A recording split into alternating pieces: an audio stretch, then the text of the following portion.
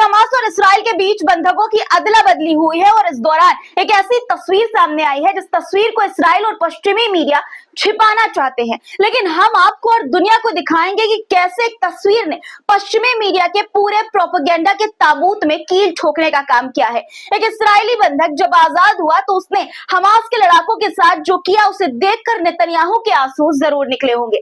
तस्वीरें आपको दिखाऊंगी। लेबनान से लेकर ईरान तक सैन्य हलचलें तेज हो रही हैं दोस्तों। यूक्रेन के राष्ट्रपति जेलेंस्की का वक्त खत्म हो चुका है। अमेरिका का सबसे बड़ा नेता अब रूस के सबसे बड़े नेता के साथ हाथ मिलाने जा रहा है। जी हाँ, डोनाल्ड ट्रंप खुद मॉस्को में रूस के विक्ट्री डे परेड में शामिल होने का प्लान बना रहे हैं और जेलेंस्की के लिए उन्होंने कह दिया है अब इसकी जरूरत नहीं। तो क्या अमेरिका यूक्रेन को धोखा देने वाला है? क्या ट्रंप का अगला कदम नाटो से बाहर निकलना होगा?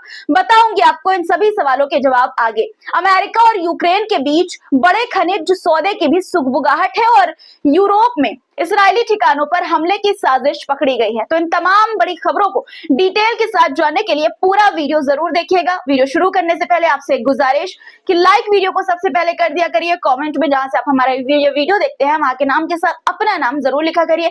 मुद्दों पर अपनी राय भी जरूर लिखा करिए। चलिए अब शुरू करते हैं वीडियो। द लाइव टीवी, सच सबसे आगे। आदाब दोस्तों, मेरा नाम है मिसबाह खान और आप मुझे द लाइव टीवी पर देख रहे हैं।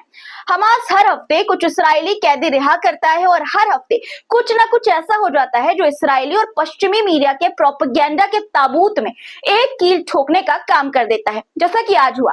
आज बंधकों की अदला बदली हुई और रिहा किए जा रहे एक इस्राएली बंधक ने गजा से जाने से पहले हमास के लड़ाकों का माथा चूम लिया। जी हाँ, बिल्कुल सही सुना आपने।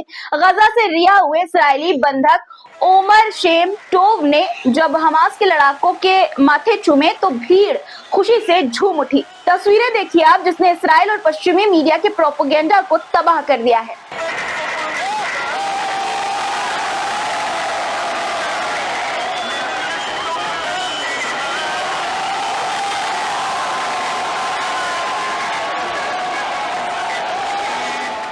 ऐसा क्यों हुआ जानते हैं? जाहिर है जिस तरह की खुशी नजर आ रही है ओमर शेमटोव के चेहरे पर, उससे ये साफ है कि कैद में उसके साथ कितना अच्छा व्यवहार हुआ होगा, जो उसने रिहाई के बाद इस तरह का प्यार दिखाया हमास के लड़ाकों के प्रति। ये तस्वीरें इस्राएली नैरेटिव को झटका देने वाली हैं दोस्तों। इस्राएल और उसके समर्थक के लिए, जो समर्थक हैं उनके समर्थकों के लिए एक बड़ा और तगड़ा झटका है ये तस्वीरें। इतना ही नहीं, रिहाई के दौरान अल कस्साम ब्रिगेड्स ने उन इस्राएली हथियारों को भी दिखाया जिसे 7 अक्टूबर 2023 को कब्जे में लिया गया था। देखिए तस्वीरें।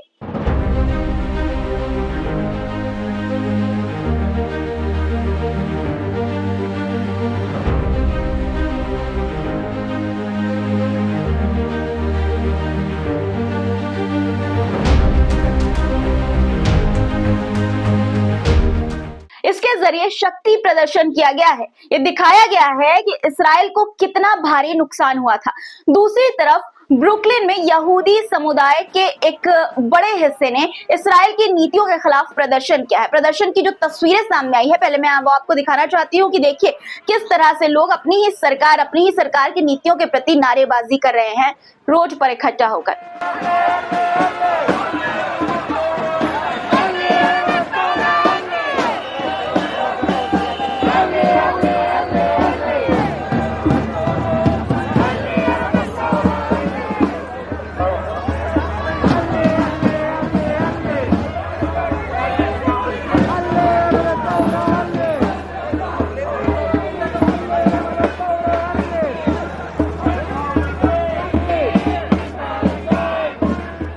इन यहूदियों का कहना है कि फिलिस्तीनी जमीन की चोरी और ज़योनी उकसावे की नीति को वे कभी समर्थन नहीं देंगे। बहुत बड़ी बात है ये दोस्तों कि यहूदी खुद अपनी सरकार के प्रति रोड पर उतर आए हैं, सरकार के खिलाफ रोड पर उतर आए हैं। खैर, अब अगली खबर पर आते हैं और बात अमेरिका और यूक्रेन की करते हैं, क्योंकि बहुत बड़ी खबर यहाँ से सामने आई है। एक दो नहीं बल्कि एक के बाद एक कई खबरें सामने आई है।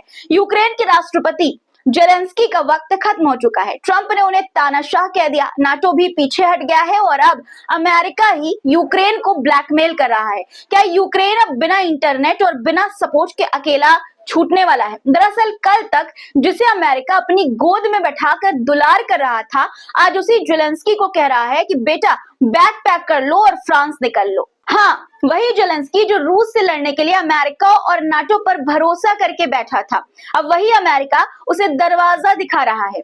क्या ये युद्ध का अंत है या जेलेंस्की के राजनीतिक पॉलिटिकल करियर का अंत है?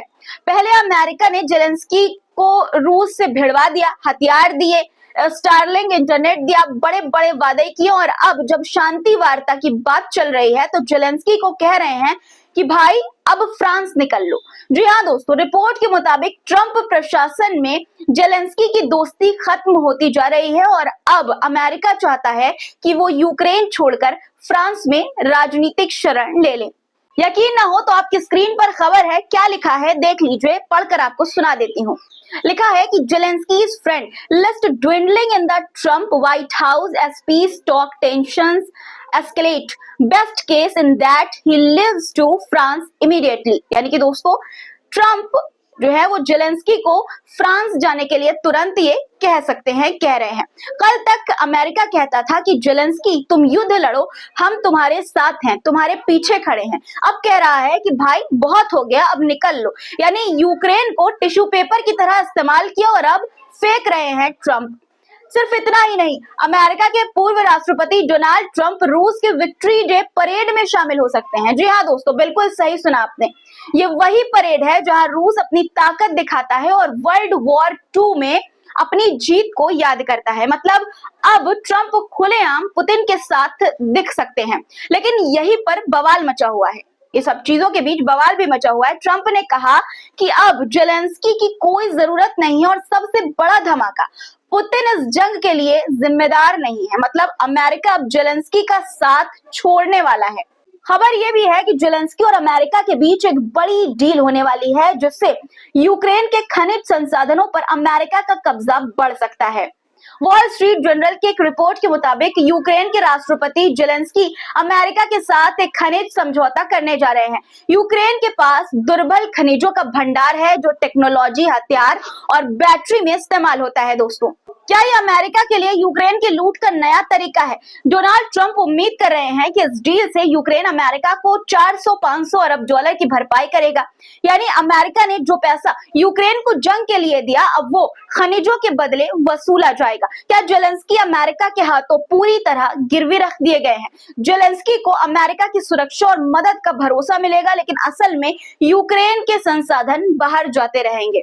अब आप ही बताइए, क्या ये मदद है या नई गुलामी का तरीका? बता दें आपको कि इससे पहले ये खबर आई थी कि अमेरिकी अधिकारियों ने यूक्रेन को साफ साफ धमकी दी है, अगर जेलेंस्की ने अमेरिका को यूक्रेन के महत्वपूर्ण खनिजों यानी कि जो क्रिटिकल मिनरल्स हैं उस तक पहुंचने नहीं दिया तो स्पेक्स का स्टारलिंक इंटरनेट बंद कर दिया जाएगा। यानी जंग के मैदान में यूक्रेन जो इंटरनेट इस्तेमाल कर रहा था वही अमेरिका बंद करने की धमकी दे रहा है। खबर यह भी है कि जेलेंस्की की दोस्ती खत्म, अब ट्रंप और पुतिन की नई कहानी शुरू हो सकती है। ट्रंप अब धीरे धीरे यूक्रेन से हाथ खींचते जा रहे हैं। एक तरफ वो पुतिन के करीब जाते दिख रहे हैं तो दूसरी तरफ उन्होंने खुलेआम जेलेंस्की को तानाशाह यानी डिक्टेटर कह दिया है। दोस्तों, इसका मतलब साफ है, नाटो भी अब यूक्रेन का पूरा साथ नहीं देगा।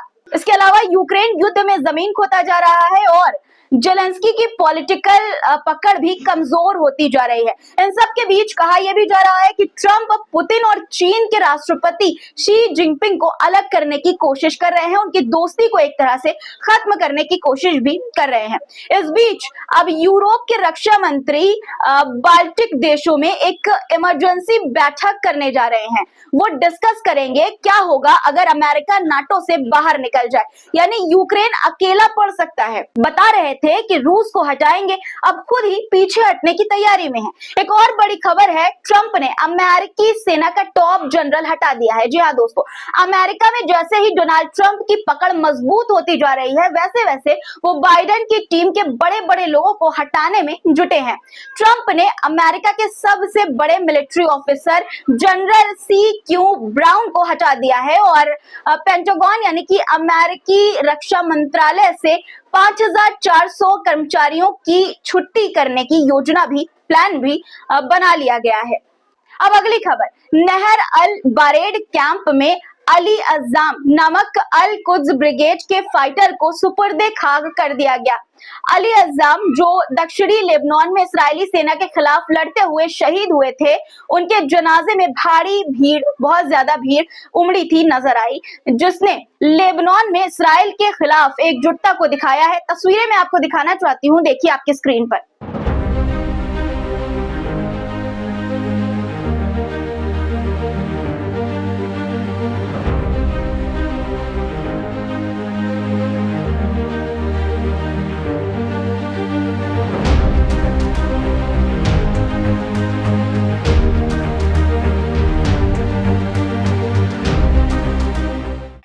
इन सब के बीच ईरान लगातार अपनी ताकत बढ़ा रहा है दोस्तों।